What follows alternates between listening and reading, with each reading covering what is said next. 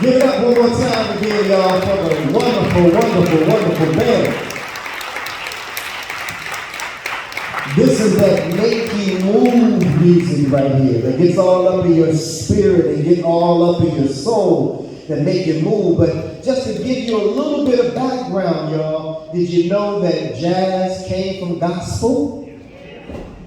Yeah, so you go all the way back to Louisiana in the 1920s, and it was giving birth to this new form of music, this expression movement music, this jazz. I'm talking about impromptu music. I'm talking about no rhythm, no rhyme, no anticipation of where you're going to go next. It was all about how you felt.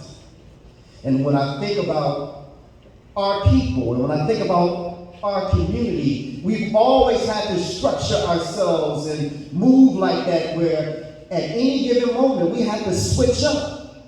We had to do something a little bit different, and today we call it for the same thing. Because see, I know some of y'all not old enough to remember when you had to be in the house before the street lights came on.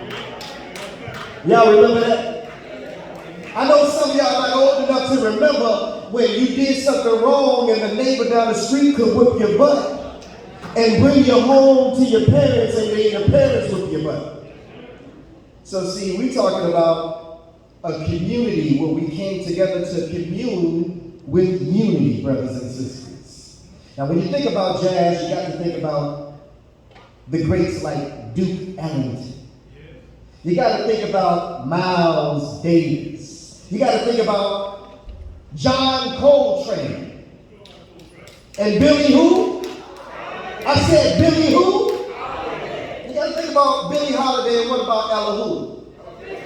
Ella Fitzgerald, right? Thelonious Monk. Yes. And Lucius Bell, ladies and gentlemen. You got to think about Lucius Bell too.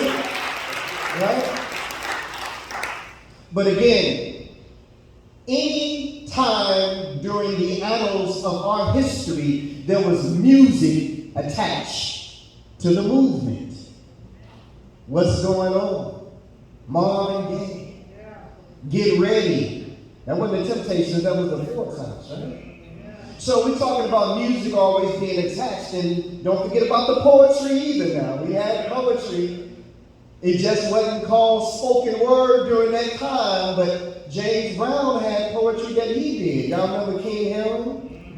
Talking about getting hooked and different things that were going on during that time. So let me take you back on a spoken word journey through the annals of our history. How many people remember George Floyd and what happened with the knee on the neck, right?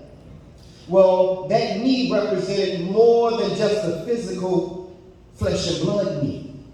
That knee represented a system that for years had stopped us from growing, stopped us from getting different positions. They talk about a glass ceiling, right?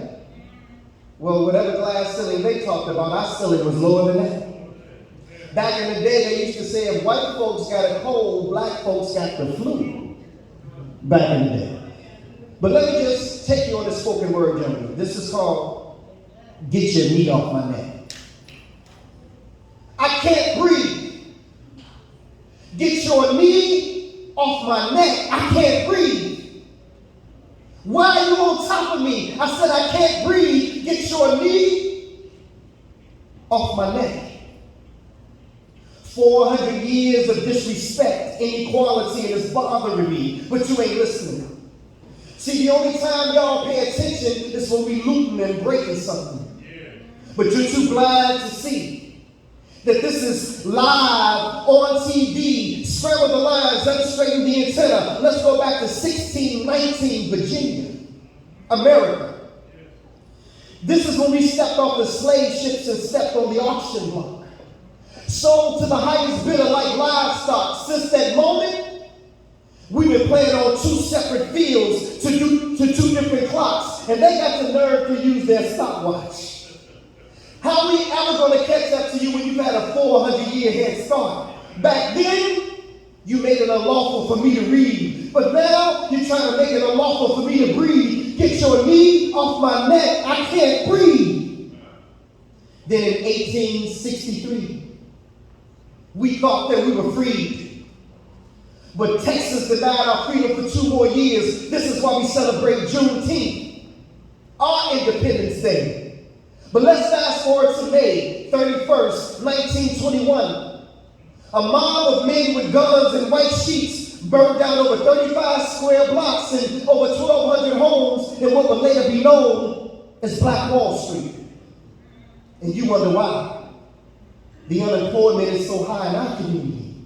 It's because of that knee. Get your knee off my neck. I can't breathe. See, the odds have been against us since the day that we were born. And some of these racists have traded in their white sheets for black robes, suits and ties, and police uniforms. Let me clarify. All cops are not bad cops. But when you stand there and watch, look at your watch for 9 minutes and 20 seconds and let that go past, knee or neck, I can't breathe, a crime is being committed, then the good cop becomes just as guilty as the bad cop. As a matter of fact, that makes you an accessory. I think they love to see black men wearing accessories like hands and cuffs and chains. Since slavery, we've been beaten, whipped, handcuffed, and chained, and this is a stain on America's history. But when will it change? America, you still haven't acknowledged your original sin. And the reason why America was so great back then is because we were your human cotton gin. So when you say, let's make America great again, are you saying that you want us to go back to picking your cotton again for free? We had no choice because of that need. This is something that you tried so hard to avoid. Well, today, we want justice from Jesus to Emmett Till to George Floyd. Get your knee off my neck. I can't breathe. America.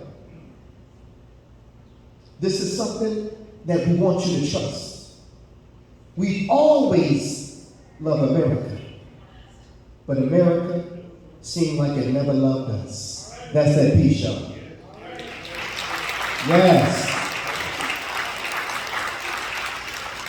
So when you look at things that have happened in our community, and when you look at the trials and the struggles and the things that we've been through, do you know that it is ordained by God?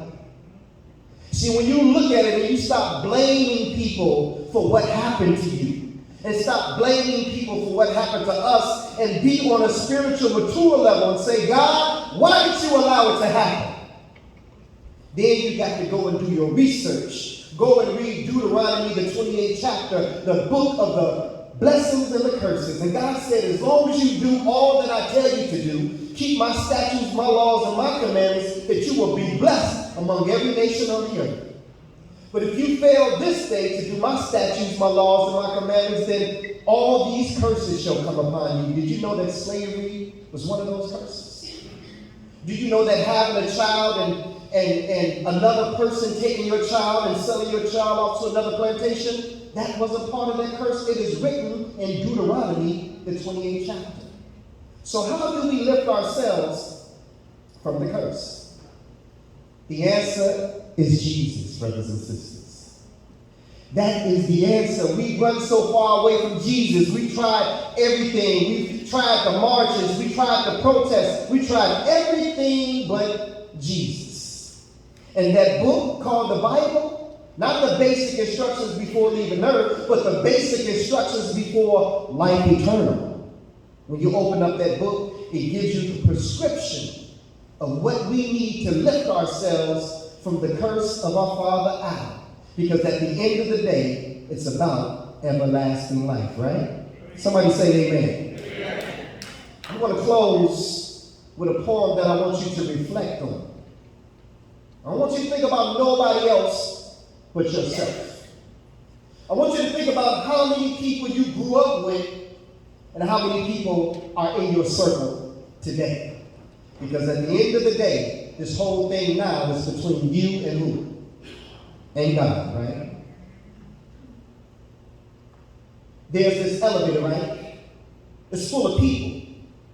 Some family, some friends, some strangers, but you're all in the basement.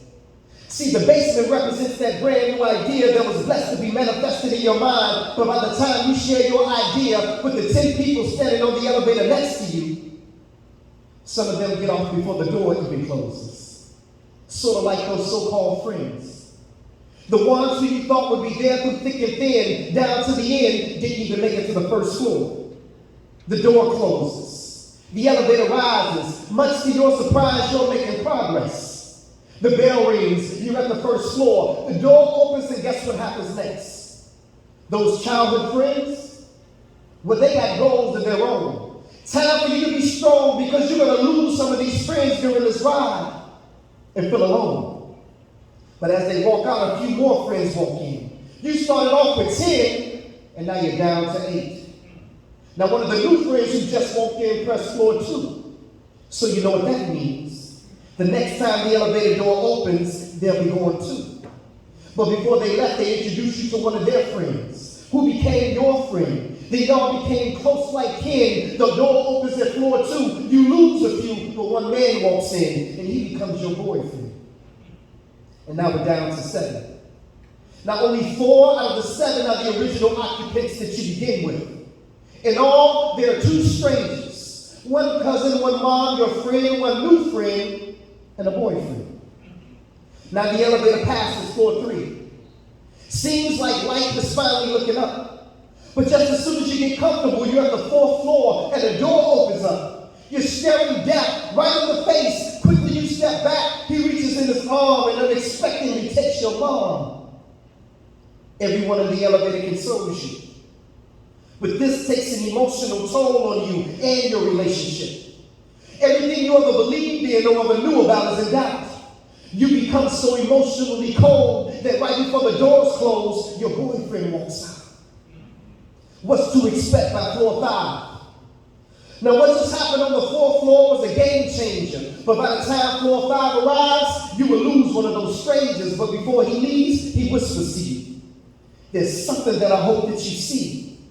She said, "What's that?" That God wants you to go through everything that you're going through in order for you to get to where it is he wants you to be. He leaves. 4 remains. Only 1 more floor to go.